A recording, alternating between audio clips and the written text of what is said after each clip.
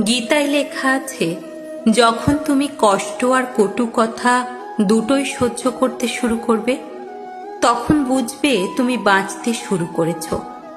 যদি ভগবান আপনাকে অনেক বেশি অপেক্ষা করাচ্ছেন, তাহলে প্রস্তুত থাকুন।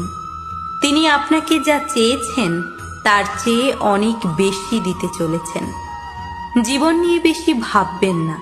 যিনি আপনাকে জীবন দিয়েছেন, তিনি কিছু না কিছু ভেবেই দিয়েছেন।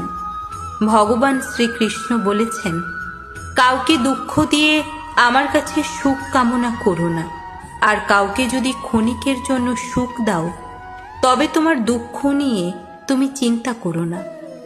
মৃত ব্যক্তিকে কাঁদ দেওয়াকে মানুষ যেমন পুণ্য বলে মনে করে, তেমনি জীবিত মানুষের পাশে থাকাকেও পুণ্য বলে ভাবতে শুরু করলে জীবন অনেক সহজ হয়ে যাবে। আমাদের অকারণে কোনো মানুষের সাথে দেখা হয় না। আমরা কিছু মানুষের থেকে শিক্ষা পাই, আবার কিছু মানুষের থেকে জ্ঞান পাই। কে কি করছে, কিভাবে করছে এবং কেন করছে, তা থেকে যতই দূরে থাকবেন ততই সুখী থাকবেন।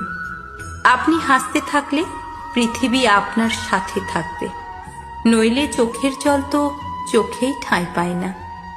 যদি কেউ আপনার ভালো কাজকে সন্দেহ করে, তাহলে কষ্ট পাবেন না, কারণ সন্দেহ সর্বদা স্বর্ণের বিশুদ্ধতার উপরেই করা হয়, কয়লার কালো দাগের উপরে নয়। মনের শান্তি জীবনের সবথেকে বড় উপার্জন। উপদেশ, সঙ্গ এবং সময় কাউকে না চাইতে দিলে লোকেরা প্রায়ই সেগুলোকে সস্তা বলে ভাবতে শুরু করে। একজন মানুষ সে যত শান্ত, সে তত গভীরভাবে বুদ্ধিমত্তা ব্যবহার করতে পারবেন।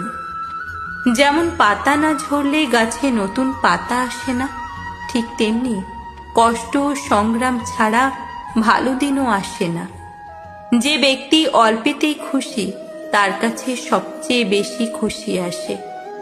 যতক্ষণ আপনি ভয় পাবেন, ততক্ষণ আপনার জীবনের সব সিদ্ধান্ত লোকেরাই নিয়ে নেবে। যারা আপনাকে সময় দেয়, তাদের প্রতি সর্বদা অনুগত ও ঋণী থাকবেন। জীবনে অহংকার করো না, কারণ ভাগ্য সব সময় বদলায়।